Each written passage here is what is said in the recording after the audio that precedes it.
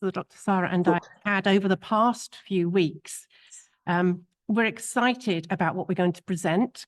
We're going to present a model which we hope will stimulate some discussion and some thought, but also it's a work in progress. So any feedback that you have to give would be really helpful as we develop this work further. So you may have seen the abstract for our session today. Oh, no. This lecture highlights the concept of innovative mission research and how it can be enhanced through the transformative learning theory. We use the PhD students' research journeys at OCMS as a case study to explore this. We're going to be talking about transformative learning theory as a tool to explore the research journey. And we've created 3 spirals with ascending and then descending elements of reciprocal learning and teaching in mission research.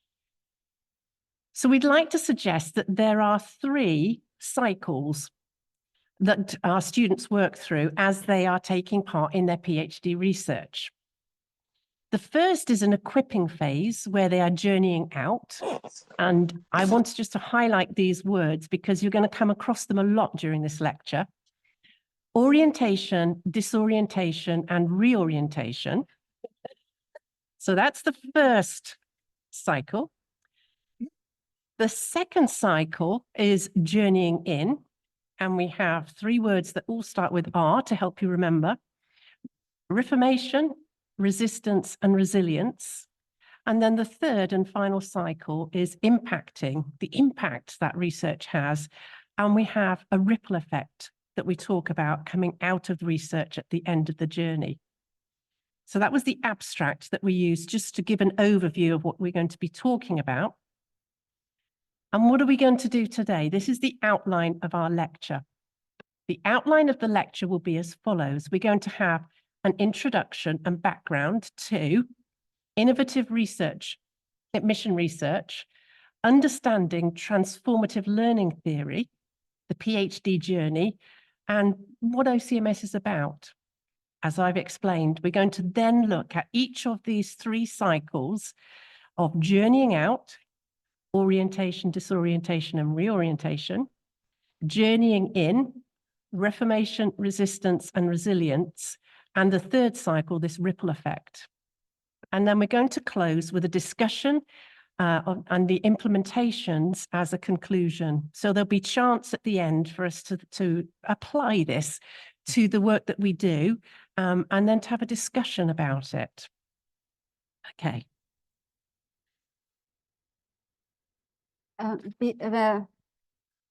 Again, welcome from my side, and thank you for coming. It's been great having you all here. Just add to what my colleague said, we will not cover the third cycle, ripple effect, because the ripple effect normally contains, after PhD, in the alumni or the scholars when they go there. We are hoping to cover that. One of our alumni covered that on the 9th July. 9th July, there will be another lecture about and covering also a ripple effect. So now, what is innovative mission research? When it comes to the understanding of mission, the first things comes to our mind is Matthew 28, verses 19 and 20. But here we are claiming that the mission research should start with Genesis 1, verses 2 and 3. And Genesis 1, verses 2 and 3 says, darkness was over the surface of the deep, and the Spirit of God was hovering over the waters. And God said, let there be light. As the world continues to change and cultures impact in new ways, particularly with the advancement and the rapid change in our world through AI, these verses are reminding us that the Spirit of God continues hovering over the deep and protecting the deep, and protecting our ever-evolving world. So in this deep God is also calling, let there be light, because he wants to reveal himself. Let there be light is not only about him calling the light to come, it is also calling us to let there be light, to joining the mission for this light, to lighten the darkness and to lighten the deep. So we believe the mission theology should start from that. And the Matthew 28 is an enhancement to that mission rather than the starting, or we all put our effort there. And again, being a convert myself, when I read about mission theology, mainly focusing on Great Commission, I always feel there is a gap. It seems we are starting from the middle of a book. So therefore, innovative mission research is to actively participate in God's mission by spotlighting on his manifestation in our world. Therefore, it is essential for mission research to continually adopt and find innovative ways to enhance our understanding of the deep. It's not only calling people to Christ, but is enhancing our understanding of the deep, what is happening in the deep, which is our humanity and our world. And sharpening our eyes to see God's protection as well as his footsteps in our world. God left his footprints everywhere in the creation. Therefore, innovative mission research invites science and different disciplines rather than only the mission into dialogue. And Great Commission is the enhancement of that. It is only as part of that bigger understanding of the mission. Therefore, innovative mission research is a journey into deep, spotlighting the manifestation of Christ. In this understanding of mission research, it is transformative. It calls for journeying out and it calls for journeying in. Journeying out to negotiate, to dialogue, to engage, and journeying in to go to the deep and letting the light shine in the deep. And in that process, it is a transformative learning, it is a transformative process, and it is a collaborative process. And therefore, as my colleague later on talk about this theory, the transformative learning theory holds immense potential to enhance our research innovation to bring the light of God forth effectively and strategically. The nature of transformative learning theory that my colleague is going to tell us more is transformative, collaborative, and holistic and inclusive, makes it an ideal companion for a researcher to understand and respond to God's footstep and footprint in such a way that helps the researcher become one with the research. So we're going to now turn to what is transformative learning theory. So transformative learning theory was developed by Jacques Mezirow in the 1970s after he studied a group of women returning to higher education. He identified that as we journey through life, we begin to build up meaning schemes or perspectives, which help us to provide a frame of reference or a worldview. Much learning that takes place in traditional contexts fits neatly into existing meaning perspectives, and the knowledge grows, but the meaning perspectives often remain unchanged. Mezirow argues that there are 3 steps that lead to transformative learning. First, he suggests the process of critical reflection, where it's possible to explore previous assumptions in the light of new evidence. This criticality requires more than a simple assimilation of new ideas, but rather a discerning process to evaluate a new reality. Secondly, he suggests rational dialogue. This allows for the reality to be navigated in the presence of others, so that other perspectives can be explored in a more honest way to more fully understand positions. So I love the term dialogue. I think dialogue is more than just a conversation. It's a way of trying to understand another person. It's not just about talking. So I think that this idea of rational dialogue, talking rationally so that you can much more fully understand somebody, is really important in this process of transformative learning. And thirdly, he suggests, in the light of revised assumptions, that a new outlook is defined and new behaviors emerge. This process of critical reflection, dialogue, and revised outlooks can change behaviors and can become transformational. However, really powerful transformation learning happens when we encounter a phenomenon that does not fit our frames of reference. Now, when I was preparing this slide, I've deliberately put this word in the middle. It's a disorientating dilemma.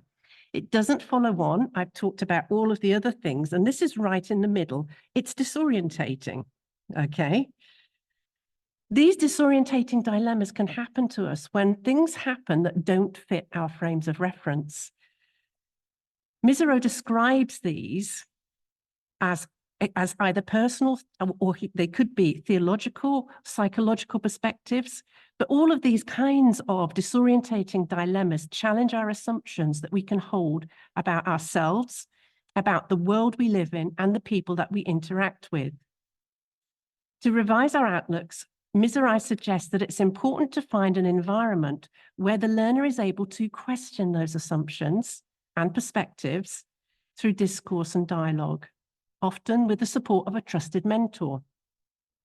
Through this process of critical reflection and rational discourse, new meanings, perspectives, and frames of reference can be accommodated.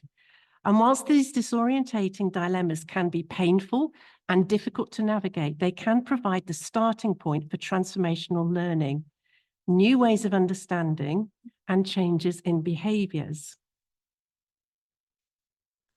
Mezirow then goes on to suggest that as our frames of reference are changing through processing disorientating dilemmas, in the background, we're developing habits of mind. And these habits of mind he breaks down into epistemic, sociolinguistic, and psychological. Epistemic is, where does knowledge come from?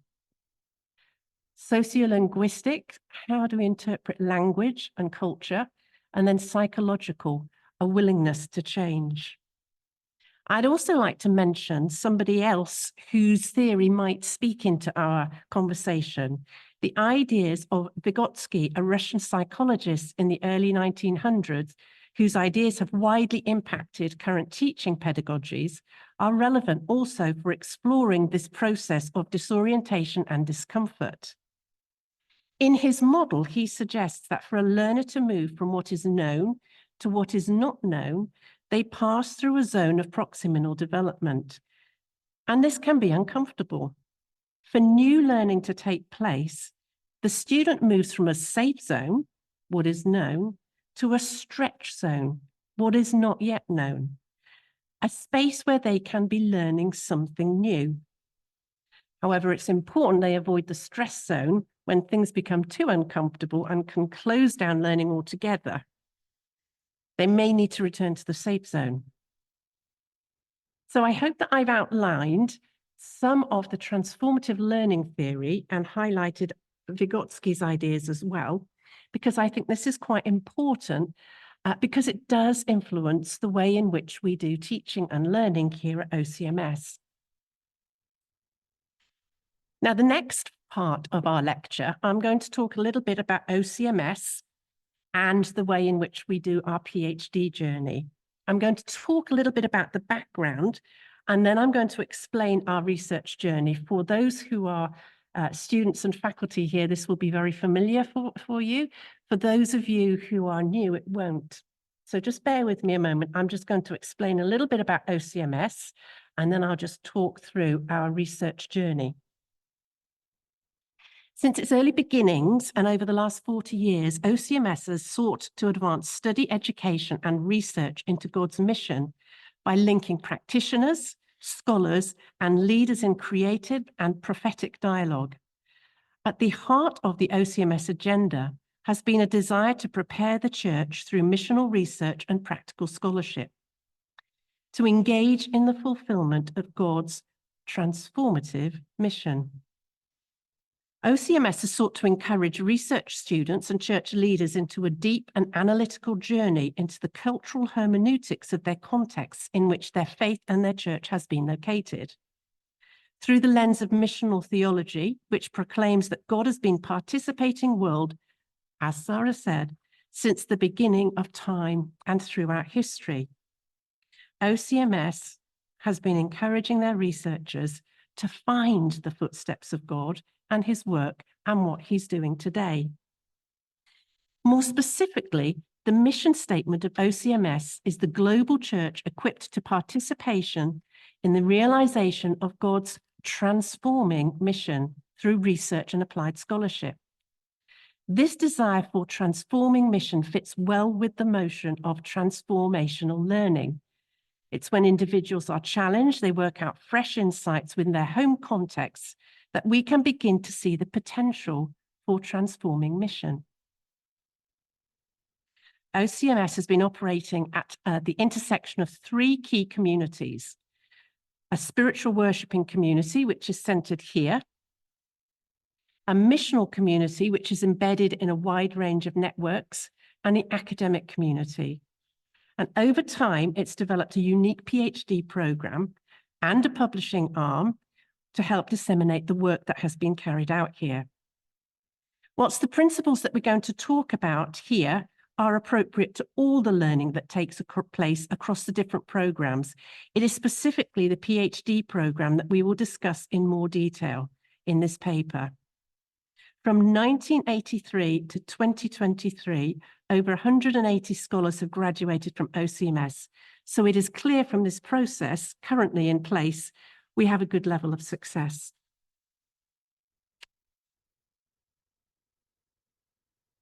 So this is our PhD journey. When our students arrive, they enter into the OCMS stage, they do an induction program and then transfer into the MPhil stage. This often takes about 2 years. At this MPhil stage, the students are really beginning to explore their research context until they are ready to present it at the PhD transfer stage. And we're going to talk a little bit about how these different stages fit the model that we're going to present.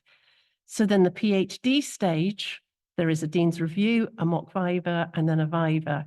So each of these stages, we want to begin to explore how they might link into these different cycles of learning that we are presenting today. So then I'm going to hand on to Sarah now, who's going to tell us a little bit more. Thank you.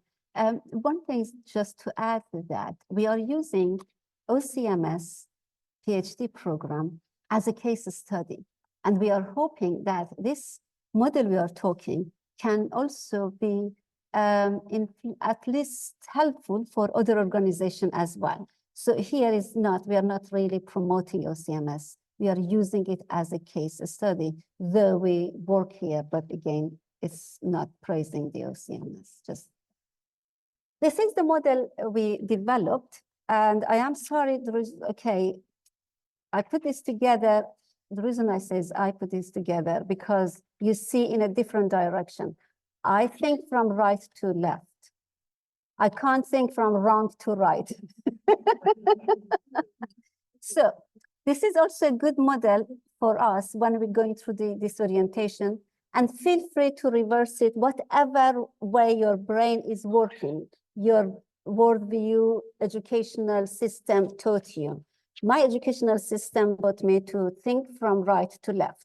So this is the overview of those 3 cycles we are talking, we have told you. This is the cycles, if you see, they are interlinked, they are spiral, they are descending and ascending, though the last one needs to change.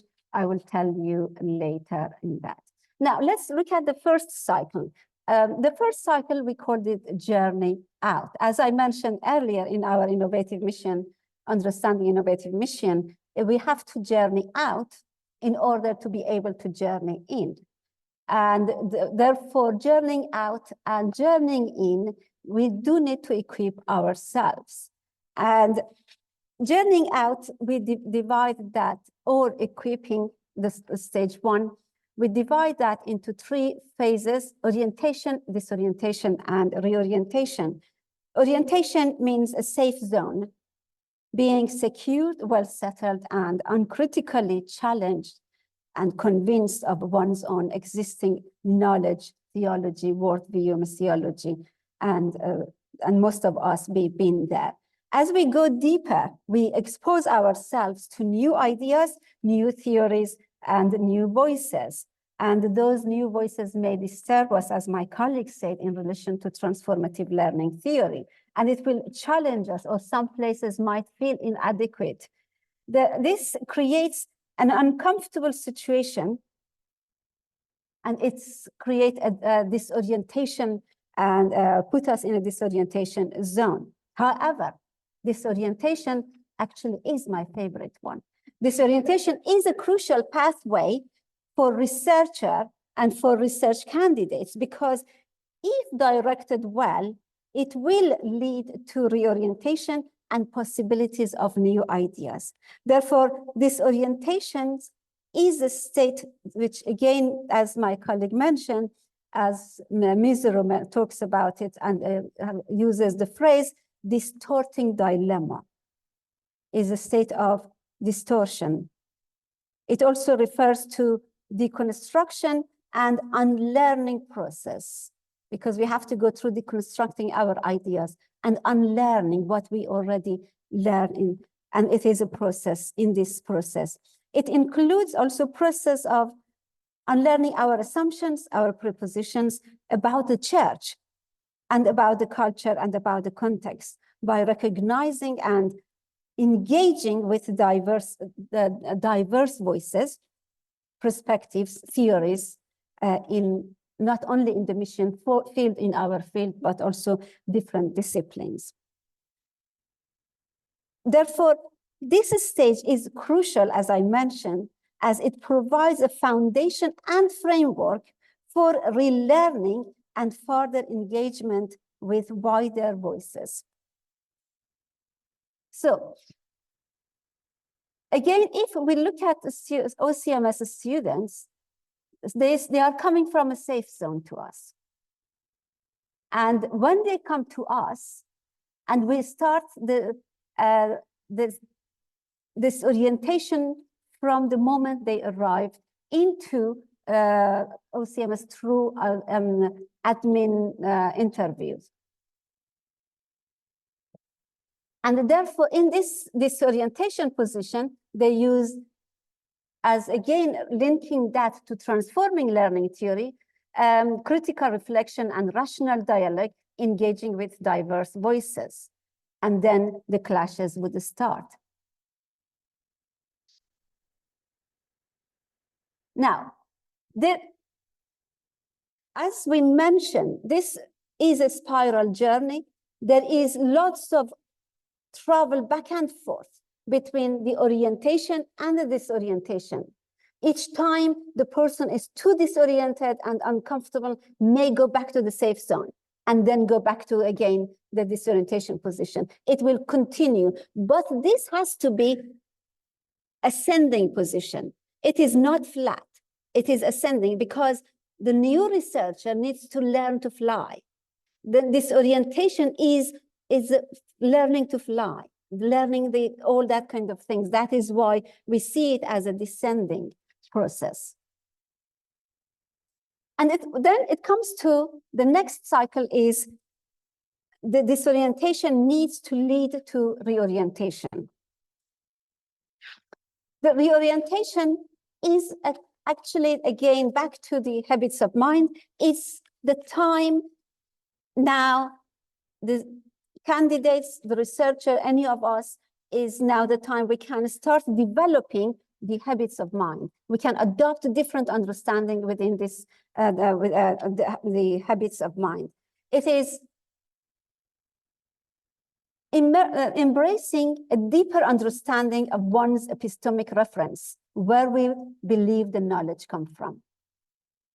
And it develops also socio-linguistic ability, the relation to the language we speak and the cultural meanings that we accumulate. Because sometimes when you say something, it means to me differently than it means to you. Because what it interprets is the culture, the worldview we are carrying on. And we also need to challenge that cultural misperception or even enhance them. And enhancing our curiosity attitudes, our open-mindedness and willingness to tolerate ambiguity. And it is open-mindedness and our curiosity attitudes, not only for about trying to prove we are right, but also trying to prove we are wrong. This is also needs courage.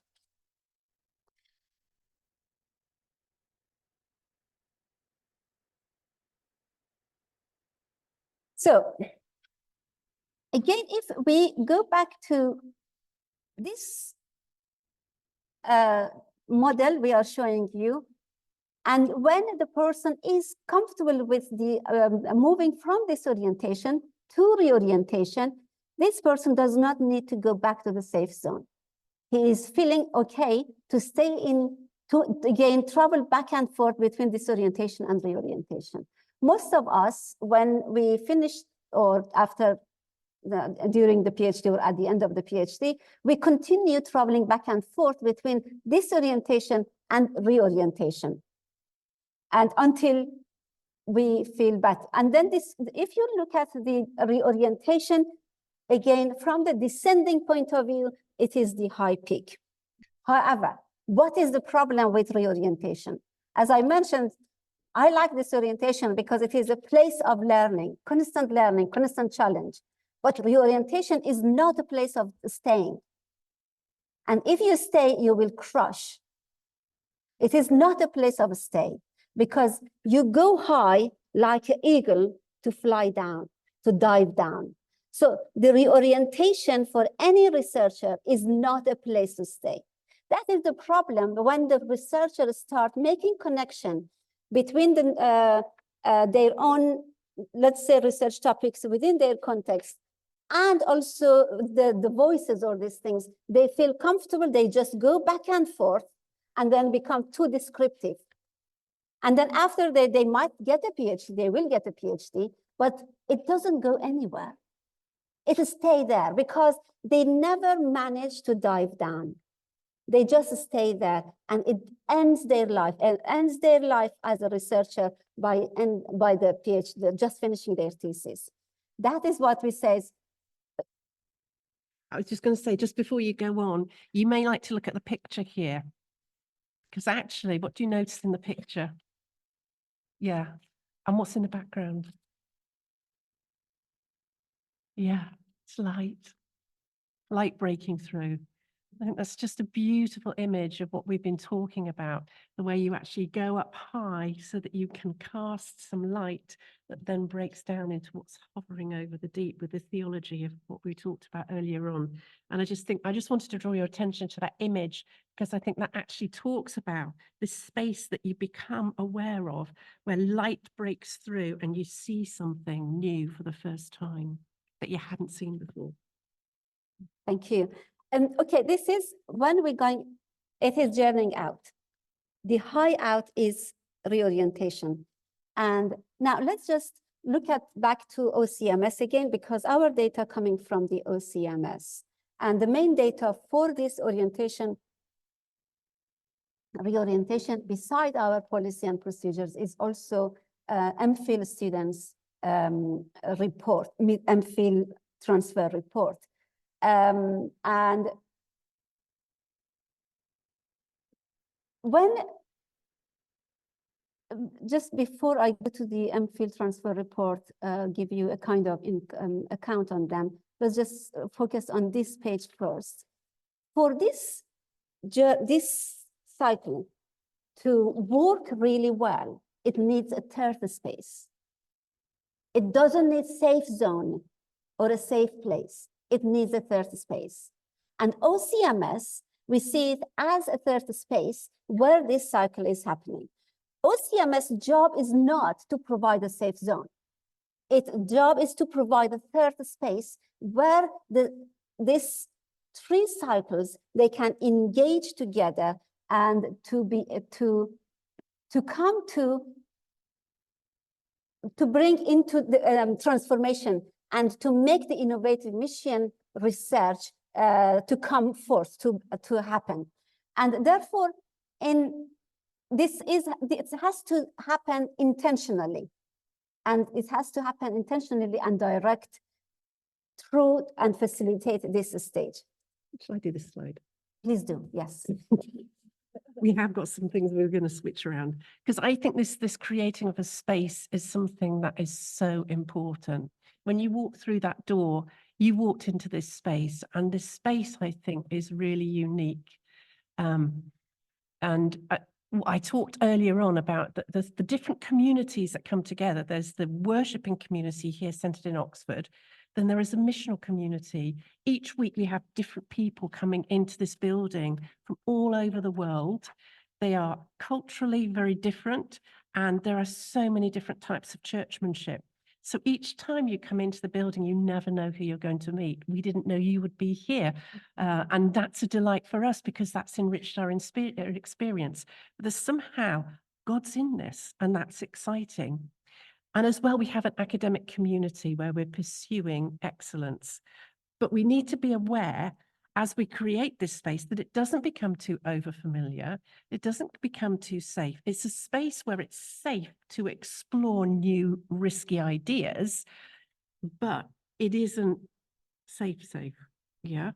And so we need to constantly be thinking at OCMS, how are we creating this space for our students to learn best? And that's one of the things that we want to bring out of this theory, this model that we're bringing, is how can we continually review what we're doing to make sure that this space does actually facilitate the kind of learning that is transformational. Sorry about that. No. You need to do No, that's you got carried away. You just want to interrupt. So, okay, let's just go back again. As I mentioned, reorientation is not a place to stay. It is a platform. Later on, we will talk about that.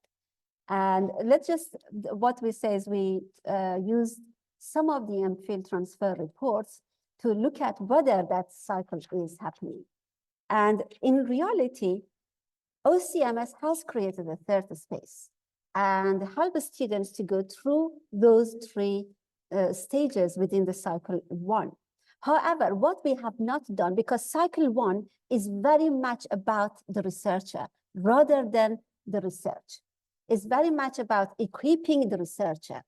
And when we read the transfer report, we notice majority of the transfer reports focus on, again, the topic, on the research topic, not about how they move through their dilemmas, how they really manage to overcome the disorientation position, and then how do they move to this reorientation position. Because I feel if OCMS tries to encourage deliberately the students to make more the students' report, transfer report, more about them, a reflection of their learning through this, again, academically rather than emotionally. I mean, emotionally is good, but academically, and it will help them not to stay in the reorientation position. It will help them say, okay, I managed to do that. So I took the risk. I can now take the risk to dive deep, and I shouldn't be scared to go to the deep, because they would see themselves, their progress in that sense. I think that is what we encourage OCMS ourselves to reevaluate the way the reports has been written to reflect these three stages. And then again, when we're going to the mission research, we also, in innovative mission research, we also need to emphasize that, and my colleague emphasized already, that the mission research when we integrate mission research and transformative learning theory together, it has to go hand in hand with the vision and the mission, let's say, of OCMS to be able to achieve what we aim for in OCMS. The next cycle is cycle 2, reformation, resistance, and resilience. The first cycle, which says it's about the researcher, it's about the person, needs to be equipped. And the second cycle is about the research. Transformation, resistance, and resilience. As I mentioned, that reorientation is not a place, but reorientation is actually a platform. And it is a diving board. Or it's like an eagle, when you fly high, you don't stay that long. You dive down. So reorientation is a diving board. And also is flying down. And therefore, in reorientation,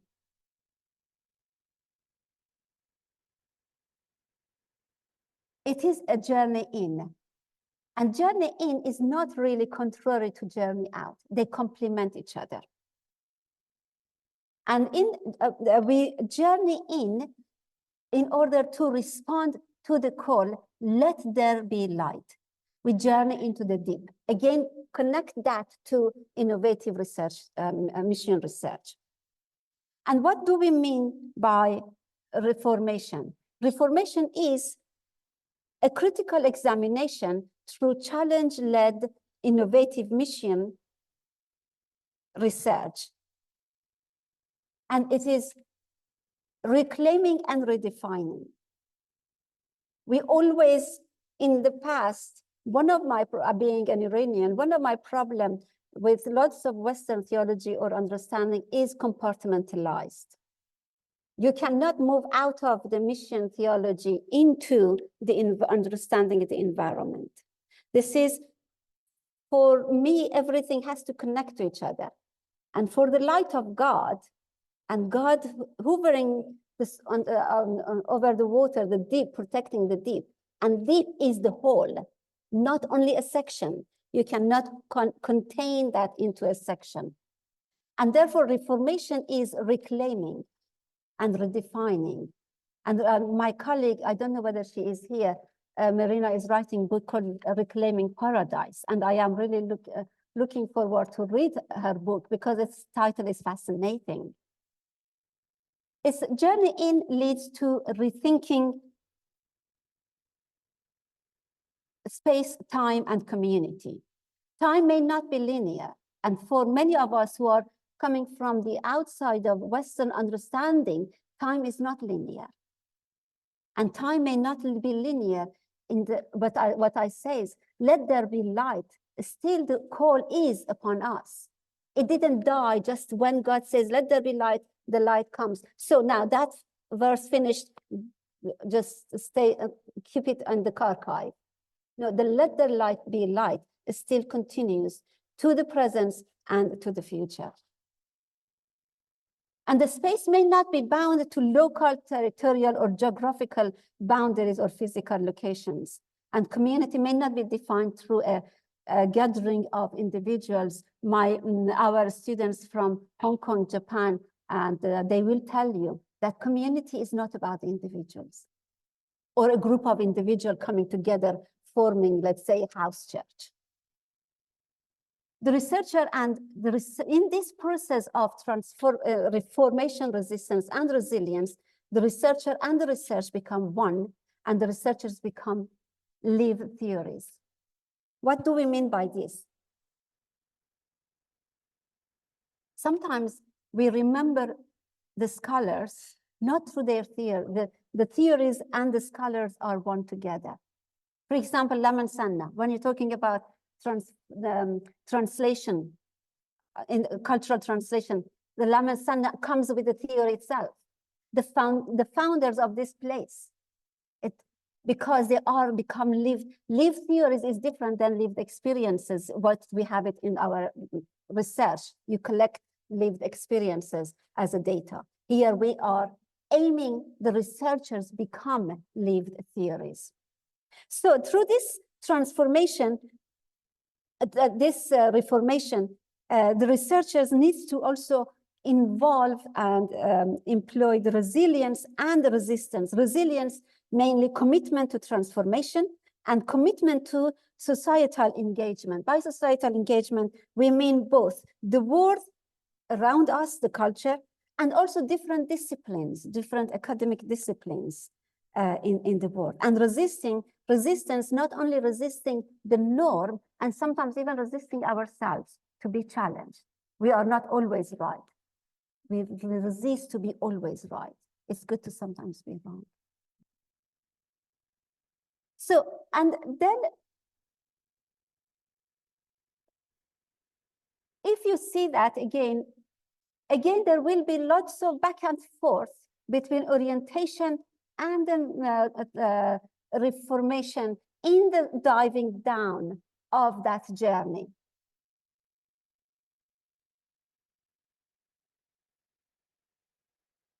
Again, let me just again refresh our mind of the whole journey we were talking about. The first cycle and the second cycle. The first cycle, orientation, disorientation, reorientation, and then reformation, reforming things, and through also being resilience and resisting. The third cycle is ripple effect. The ripple effect is the impact. The first equipped, second research, and third impact. And the impact, if you look at this diagram, the impact is not only what the researcher is going to do. The impact is not the theories, but also themselves. Because when the eagle dives down, it splashes. It also covers the global, and the local become glocal. And that is why the time, the space, that become a different meaning. Then the researcher is not only a local researcher for that community, it becomes a global researcher. And that is why we put in the ripple effect, both the research and the research become one, and creating that ripple effect. And hopefully our colleague, our alumni, will give us a lecture on July 9 in this topic. So now the third is this. Okay, so now we're coming towards the end of our journey. You remember when we started out, we talked about how we were going to introduce the different concepts of innovative mission research, transformative learning, and then look at the PhD journey and the OCMS journey, looking at cycle 1, cycle 2, cycle 3, and the final part we're going to do is just to begin to explore and discuss some of the implications of what we've been talking about. We talked about this third space and potentially OCMS being that third space, but it may be a third space where you are. What are the implications for thinking about this third space? We've come up with 5 different aspects which might be helpful. A third place can be a platform to bring together all the complex spaces into conversation. So it can be a place where we hold different viewpoints and different perspectives. It can be a place where it's accountable for multiple factors contributing to the innovative mission research. It's holding multiple places. It's a space which can recognize and think strategically about the differential power dynamics in complex and ever-changing concepts of mission. It can allow and help the PhD students to see themselves as already a theory in practice, as my colleague talked about, lived theories, meaning bringing PhD students into the full potential into a space and bring them to meet with the full potential of others, not only their peers, but other scholars and resources. As I said before, this is a very dynamic place with constantly circulating people and resources. And then finally, the awareness of the fact that the facilitators, the supervisors and mentors that they work with, and students are negotiating different histories, literacies, epistemologies, mission and theology. So they're negotiating that together. And that space is a space for doing that. So at the end, what is the implication or what we are going to suggest? We suggest that here at OCMS, we should be more intentional linking the transforming learning theory and to mission research, innovative mission research, and having in mind the OCMS mission and vision to enhance the effectiveness of our PhD program, not only to produce more PhD scholars, of course it is, but also to have a greater impact after the PhD in the world and their own churches. So we are suggesting that in the cycle 1, we look at perhaps even reevaluating our admission interview questions and perhaps even enhancing our process and proposal writings and revising our transfer report structure and outcomes, and developing requirements for more online attendance or lectures, because the third space candidates has to engage with them in a constant way, especially for the first cycle, orientation, disorientation, because they have to be through this cycle. They have to engage with the third space almost weekly to be able to be comfortable when they move to the second cycle, which is reform. That is why we suggest OCMS develop more requirements in that. And when it comes to the second cycle, the MPhil transfer interview is a very good place to start. And this is a transformation, and as well as development and enhancement of the habits of minds of the researcher. And also, we recommend that the third space create a space of a kind of power dynamic, allow the power dynamic to shift. Because at the moment, what we do, the students, when they come to us, they will have the same position throughout their research. We are recommending that when the students moves after MPhil stage into the PhD stage, the power dynamic has to shift. That means the students need to be more engaged in lecturing, more engaged in writing articles, in the publication with their supervisors, with encouraging to actually act as scholars, not only as in the name, but also, for example, let me give you an example. When I was in my third year student at the Edinburgh University, one of the professor in the ethics and theology department retired, and suddenly he had to retire and move out, and they didn't know how to replace him. To my surprise, my supervisors recommend to the college to give me his lecture, because he had some lectures for undergraduate students. But interestingly, I had to turn it down because I didn't have the confidence. I didn't have, being English being my second language, I didn't have the confidence to fill a gap, to fill his shoes, this amazing professor's shoes, to teach his class. And yet again, I felt what the university did for me is they allow this power dynamic to shift, and they allow me to come into the level now can be negotiated, even to take a place of a professor. That is what we recommend, this power dynamic, and then also more negotiating and dialogue within the third space among the students and the faculty, and all these things, negotiation happens and the journey continues. I think in that way. I think you've said all that. Yeah. I think we're just going to the last line. You've said all that. Yes, okay. Sorry. No, it's fine. It's fine. So we've got one more slide, yeah? Right, okay, so the last slide is, we haven't looked at the ripple effect. The ripple effect is what happens right at the end when you've journeyed really high, and the higher you climb, the bigger the splash.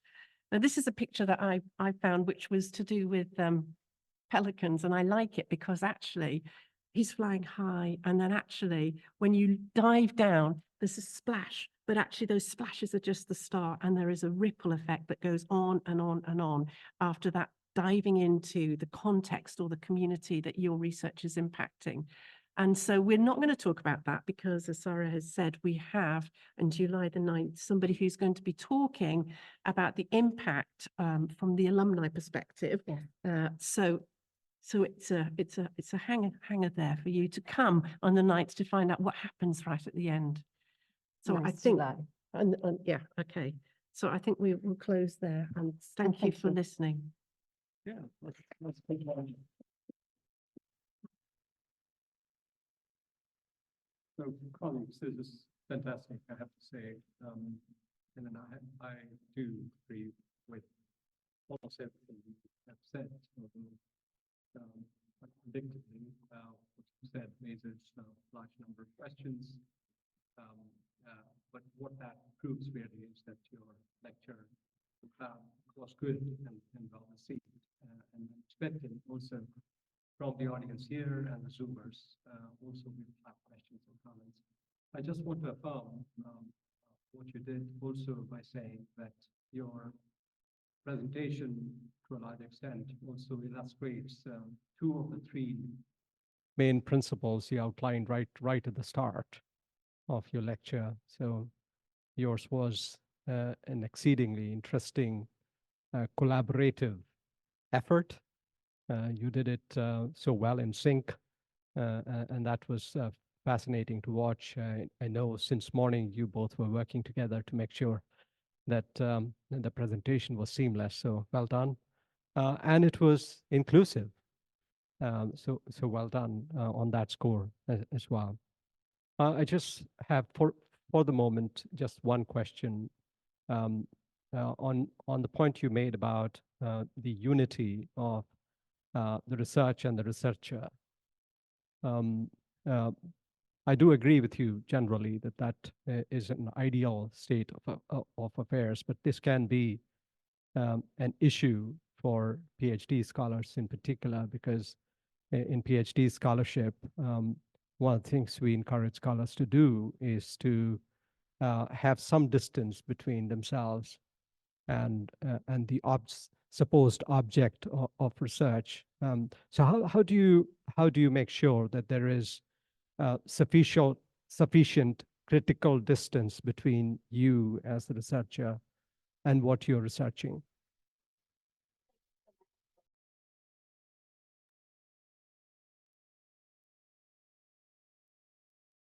This goes much more for the ripple effect. And another thing is when we say is researcher and research become one, it doesn't mean we bring our own biases more and more into that, because the cycle one is training us.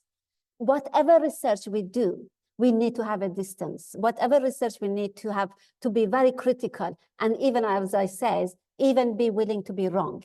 In that sense, it is because we've been trained well, so we are open for the challenges and we bring the voices in.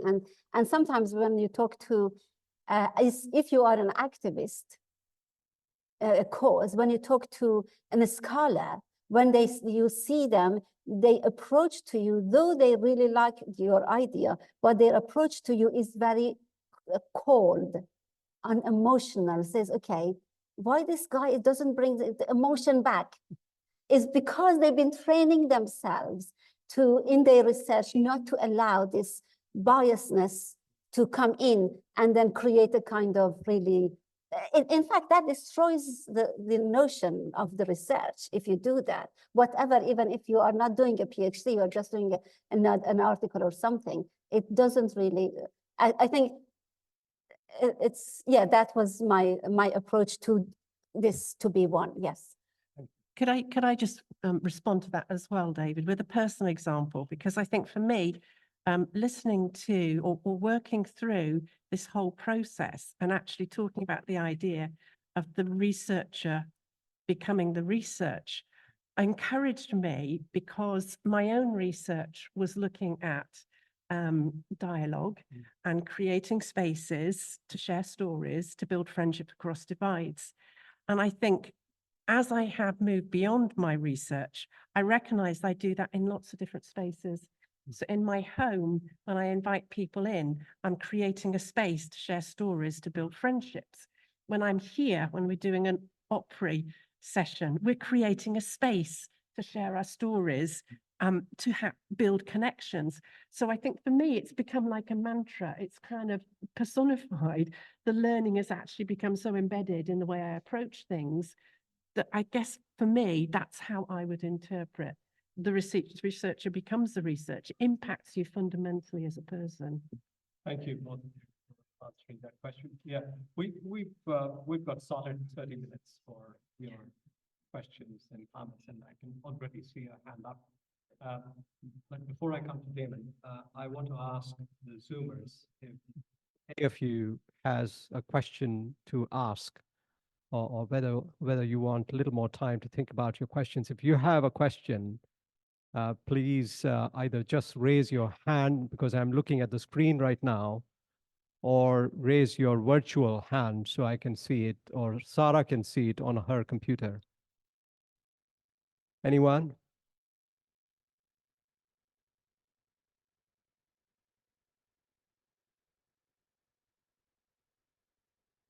Yes, I can't see the chat box from here, but if Sarah can, or Guichun can probably see the comments if you have any questions. Oh, okay. So I can see two hands up. So before I come to Damon, I will ask Regina to go first. Thank you, Dr. Ann and Dr. Sada, for this fascinating lecture today. You're muted. No, I'm not muted. Can you hear me? Yeah. It's Okay. working. Okay. Thank you for this fascinating lecture, Dr. Ann and Dr. Sada. My question is on the transformative learning theory. Are you saying this explains the process of learning that's taking place with OCMS PhD students? Or are you saying this is a proposed learning theory that would explain the different stages and processes that the student encounters?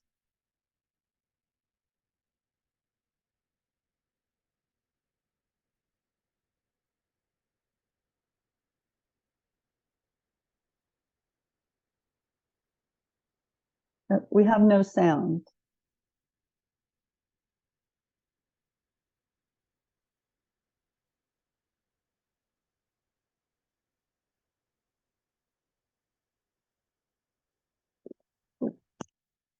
Ways forward is think, how can we improve the quality of learning that we provide? And I think that some of this happens incidentally, but I think we're talking about more intentionally building it in. Yes, exactly. We are actually proposing to be more intentional using transforming learning theory, because at the moment we do something, but we do not have intentionally use it embedded in our, am I right? Yeah. Okay, thank you. Thank you. Marjorie, you're next. Yeah, thanks so much for the lecture, and I'm very interested in seeing your application of Mesereau's transformative learning theory.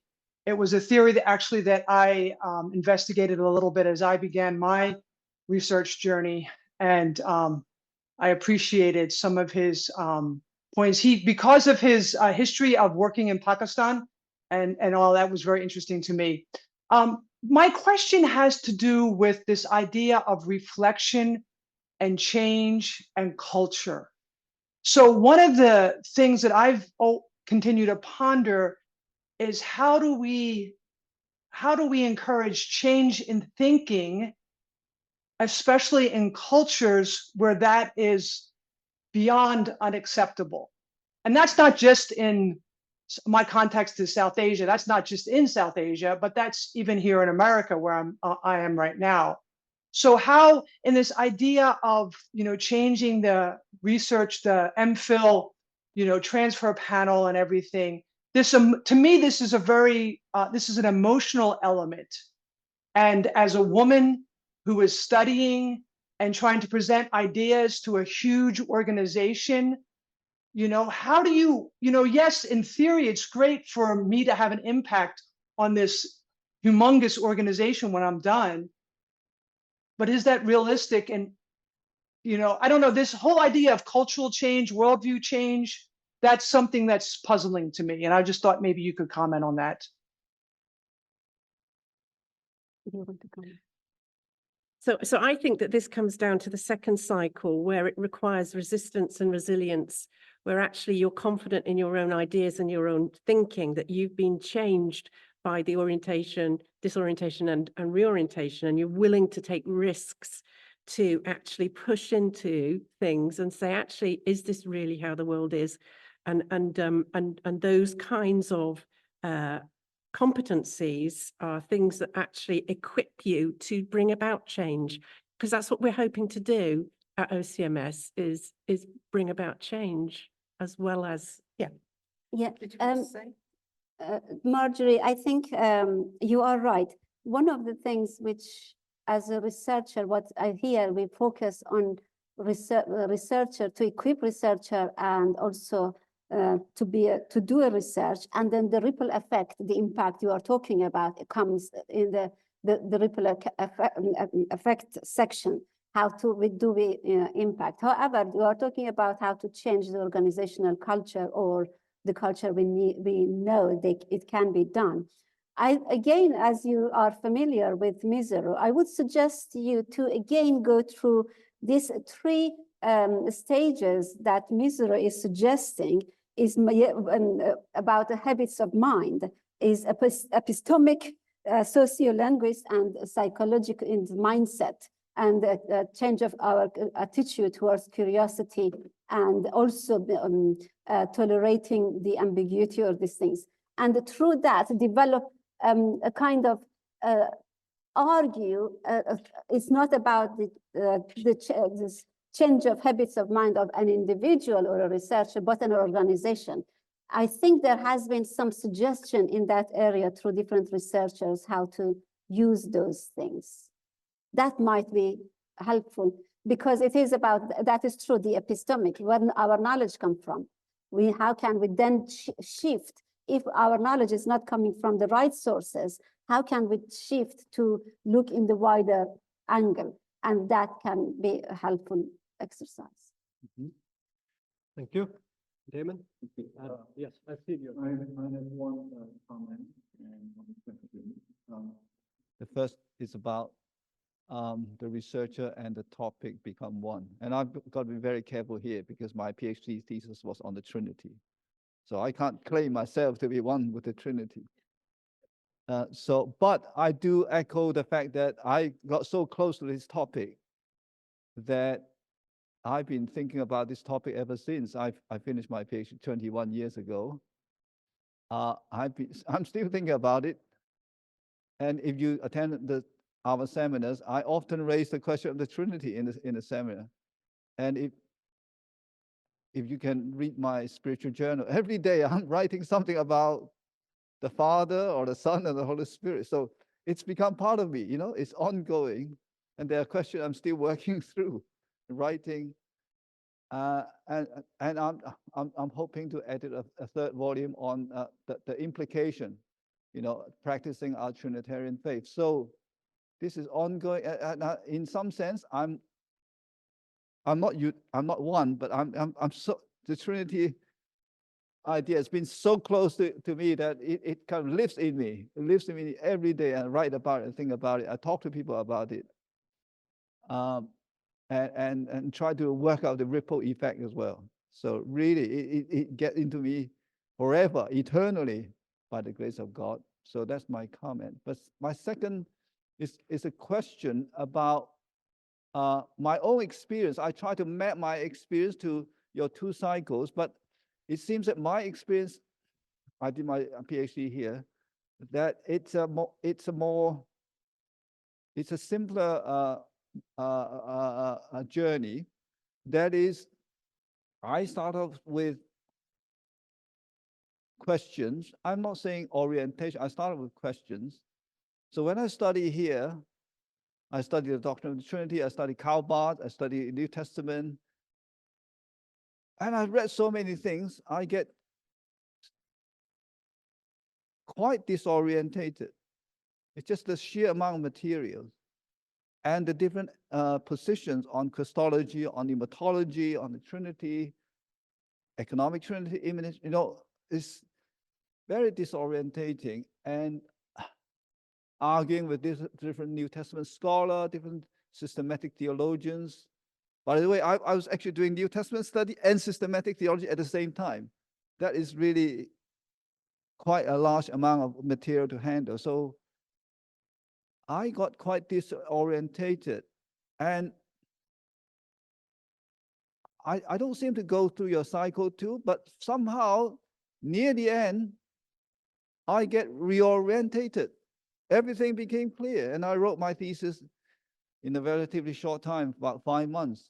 All came together. And so I felt that in my mind, I was reorientated. But the real reorientation came in the exam room, because the external examiner affirmed virtually everything that I did. And then he gave me the pass. Then I felt that I have really reorientated myself. I think that all the things I've written actually make sense to me, or make sense to this professor. So I don't go through your cycle 2. Maybe what I did was, your cycle 2 has reforming, resistance, and what's the third R?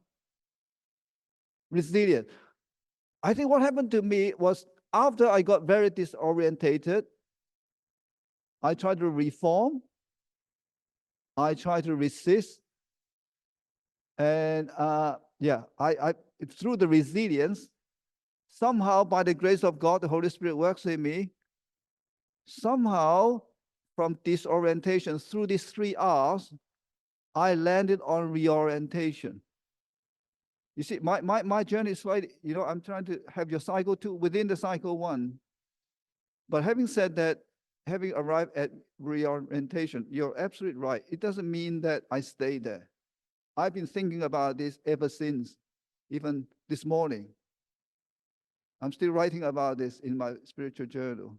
So it's an ongoing thing, and we do become so enmeshed together. Not one.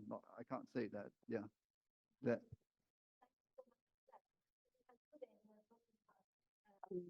Anna and I were talking about, says, okay, we ourselves went through all this process while we are writing, trying to put together this talk. Says, wow, that's interesting. We are also experienced that. We constantly experience that, but we have to be open to experience it. And then again, I think one of the things which PhD is a passage to the world of scholars or academia, or just this is the right passage. Perhaps that reorientation you're talking about, because the door was open. Suddenly now door is open, you are going to the world of the elites, and you have every right to be into the world of elites because you have a piece of paper called PhD. And then another thing which we say is, sadly, sometimes PhD students do not go through in a kind of journeying in from the understanding the deep, do not go through the match through the reform resilience. They are quite happy to stay in the reorientation because they saw the connections. And that is what we encourage deliberately, to push them down, to go through the deep.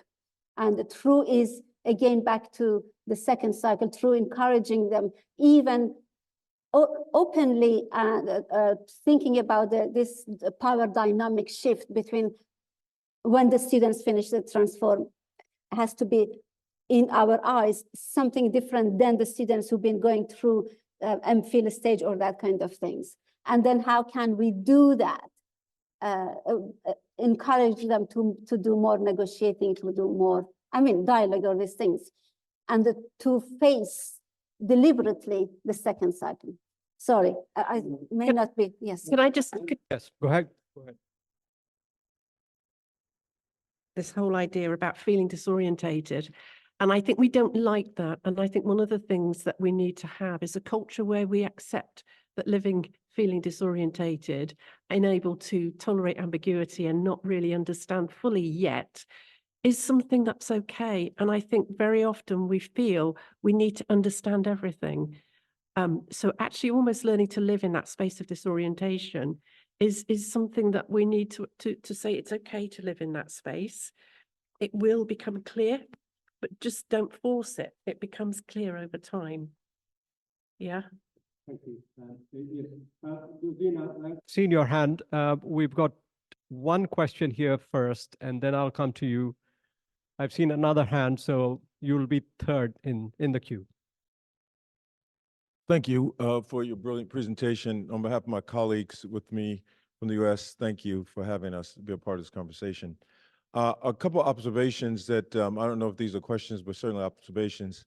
The orientation, disorientation, reorientation is a paradigm that Walter Brueggemann also used in his analysis of the Psalms and the communally formational orientation, disorientation, reorientation.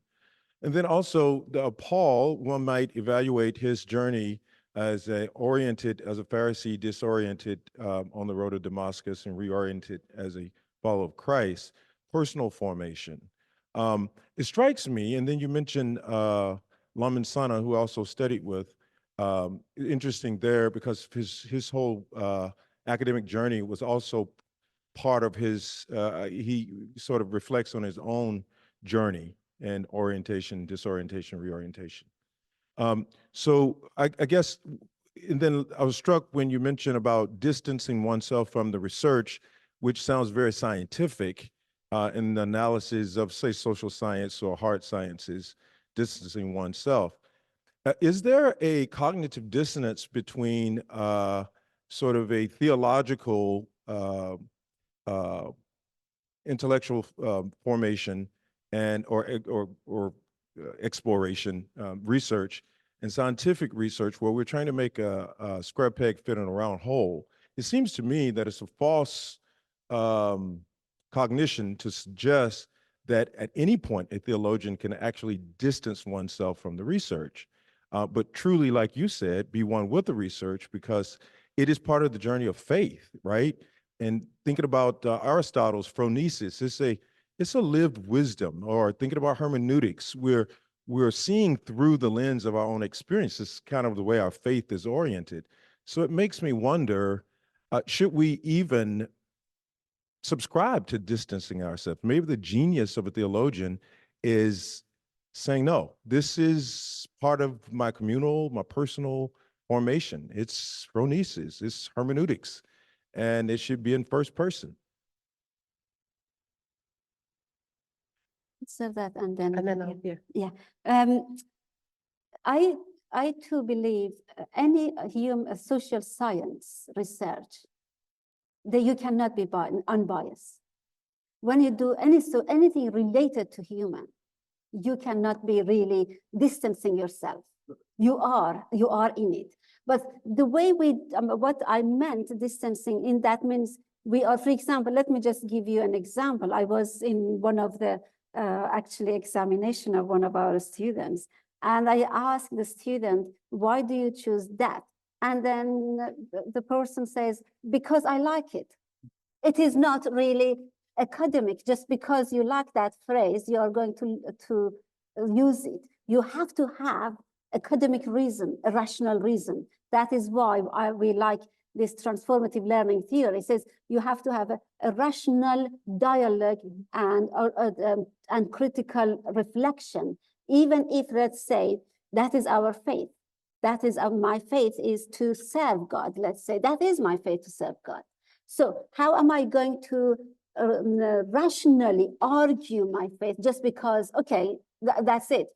It is because God is telling me from the Genesis 1 that let there be light, and he wants that light to shine, and he wants to protect. Therefore, what you do, you bring your faith into a kind of negotiation or dialogue through a rationality and critical reflection to understand it, rather than because I like it or because I dislike it. It's merely emotional attachment or these things. That is what I meant, distancing ourselves. The reason I'm saying that, because coming from let's say, um, uh, Middle East or whatever, sometimes you bring in your emotions. You don't want to experience. That is how it is. I like it or I dislike it.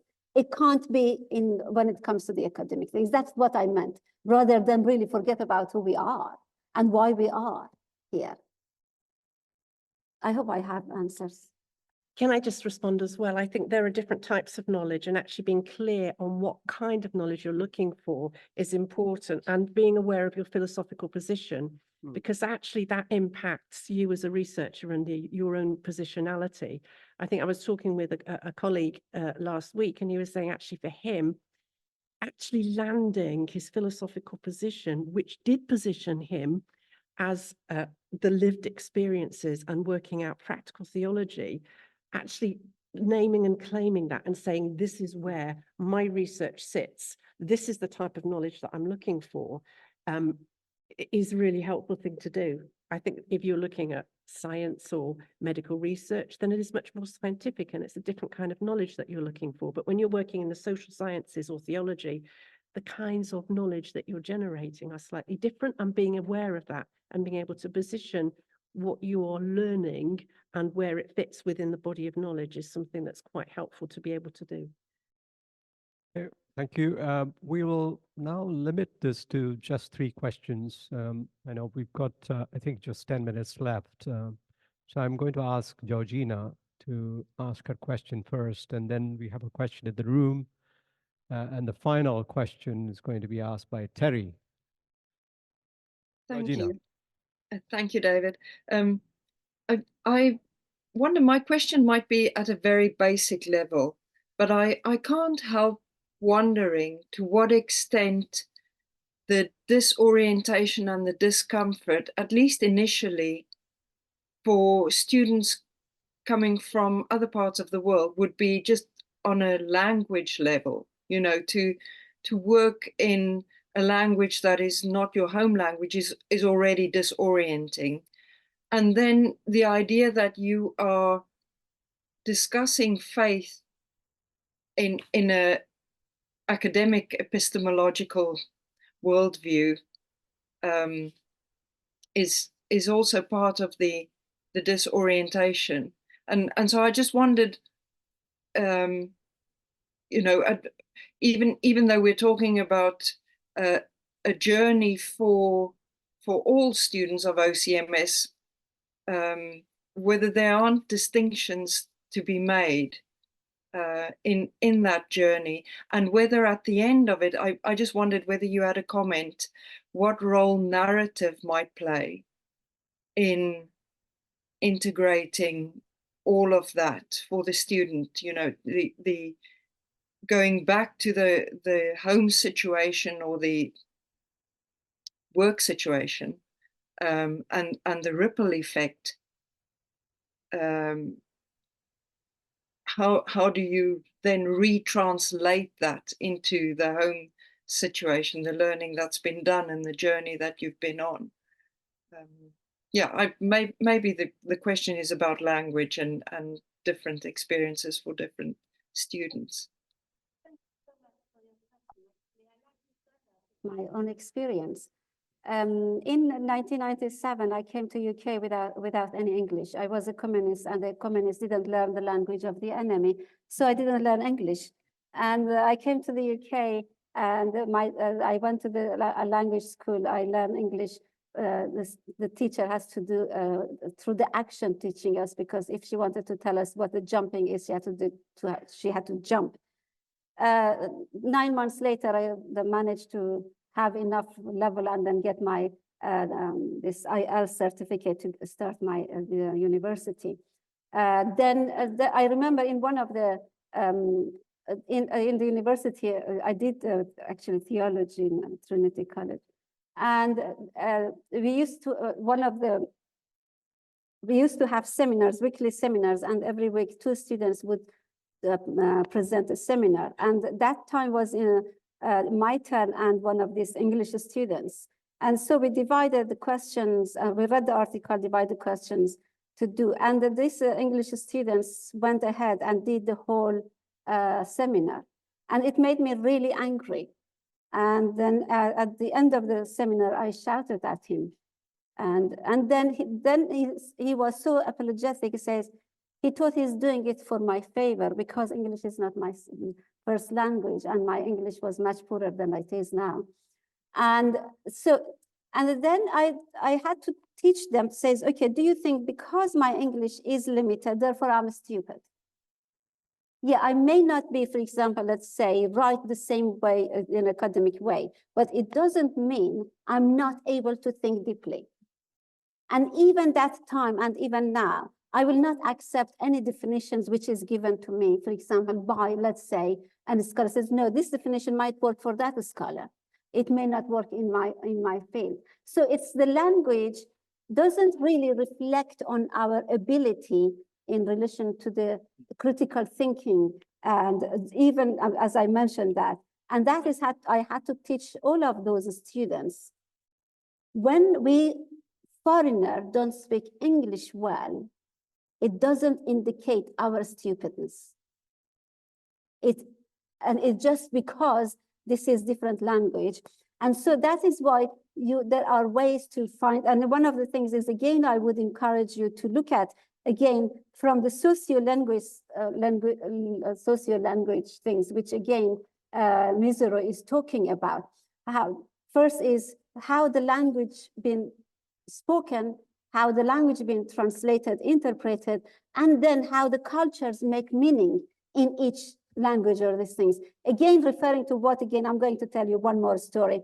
When I wrote my first sermon, because one of the things I did when I was doing my BA in theology and training or whatever it is, and the lecturer, my tutor or lecturer wrote, this is okay, this is good, but it is not for the audience of this country. And then when I wrote my second essay, I wrote in the top of my essay, this is not for the people of this country. So because, and that is true, I think differently. And sometimes I resist think the norm which I see it around. I think that is why we need to allow and encourage those who even have a limited language, limited English, to bring their own richness into their studies, into their writings. That is why sometimes it fascinates me to have a different even writing styles. I know I didn't respond to your question, but anyway. Can I just respond quickly? Because I know that the work that you're in, Georgina, is in interfaith work, and I know that you work with international students. And I think that one of the things that we did talk about was actually creating this third space. And I think in that third space, if we can create a culture of respect, which actually recognizes that whatever your language, wherever you're from, you have something of value that you are bringing to the community as a whole. I think that's one of the things that we need to take on board particularly, and I really appreciate you raising that as an issue. But I think actually creating a third space with respect at the heart of it is something that maybe would be important for us to consider as we move forwards. And I know that you do that very well, Georgina, in the work that you do. So thank you. First of all, thank you. It is an honor to be here and to listen to what you have to say. Secondly, I was so glad to hear from Mr. Trinitarian, but it actually had to piggyback off of that, and it had to do with when you were talking, it sounded a lot like critical response theory. Oh, that came to my mind. And the thing is that in critical response theory, it's not linear. So you don't have your phase one, your phase two. It is secular. So much like what he said, is it possible then in this transformational process that you don't go from, okay, this is an individual, now I am meeting these facts and I'm getting in this place of discomfort, to transformation. Instead, it's I'm meeting this discomfort, I'm sitting in that discomfort. Oh, now I'm going back to myself, looking at myself, getting comfortable with myself. And now I'm going to relook this research, relook this information, and see if there's any more place of discomfort. Is it possible that it could be circular and not a linear process? Linear process, I agree. And we say that it is not linear, it's the constant. But the problem is sometimes when you talk, it sounds like a linear. But it shouldn't be, because as I mentioned, and even today we were going through that process. Yes, thank you so much. I'm going to look at that. I think that will help. Okay, and do you want to say anything in response? Okay, so let's go to the last question from Terry. Terry. Thanks, everyone. Particularly thanks to Anne and Sarah for their excellent presentation. More than excellent, I think the whole line of thinking that you're pursuing right now is both innovative and bold. And I do think that this is a very interesting angle that you are taking in thinking about the institution of OCMS, the organizational culture of OCMS. The first part of your talk to do with orientation, disorientation, and reorientation is in fact aimed at the student and helps the student to understand a lot more clearly the journey that we go through in that cycle one. And I think that it's good to hear somebody has thought this thing through and has come up with a label for it, transformative learning theory. Cycle two, and the second part of your line of thinking seems to have to do with the institution, or with those members of the faculty that are working with their students. And so that when it comes to directly informing the faculty, I think there's a lot of good, useful information that you have uncovered there too. And I think that as much as the faculty who are mentors and who are supervisors of their of the OCMS registered students, this is a very good thing, that they start to realize that as the student changes, their relationship with the student will change too, and that their job is to provide that open space between them and their student to mature along the PhD journey. I think the one thing that is the most, I can't quite put it into words, but I guess worrying is a good word, is the hope that OCMS as an institution or as an organization will change to suit both the student journey and the faculty response to that student journey. I was very fortunate in that I was able to be at OCMS most of the year for years on end. Unlike many of the students who, using your own analogy, were like eagles who were flying around and only came and landed at OCMS for a couple of weeks a year, and sometimes not even every year. Some students would be away for a couple of years at a time and then arrive and land into that third space, OCMS.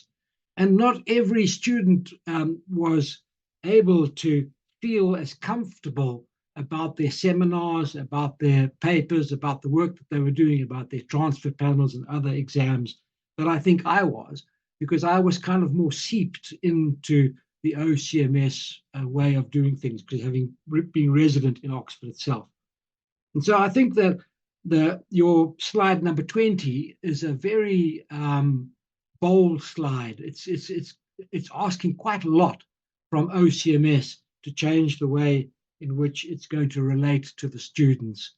And so I do, and I will pray that OCMS over time starts to adopt far more of the thinking that you are outlining in this lecture today, and that the changes at OCMS will happen to allow for this kind of innovative thinking. And so I just wanted to say that. It's not really a question, it's just a deep observation. That thank you for saying what you're saying. Thank you for hoping to change the way you're hoping to do that. And I really hope that OCMS as an institution will follow suit in the years to come. But thank you very much for a fascinating presentation.